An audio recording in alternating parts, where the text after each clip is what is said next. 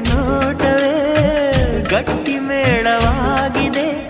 ರಾಗ ಎನ್ನಲೇ ಅನುರಾಗ ಎನ್ನಲೇ ಪ್ರೀತಿ ಎನ್ನಲೇ ಹೊಸ ಮಾಯೆ ಎನ್ನಲೇ.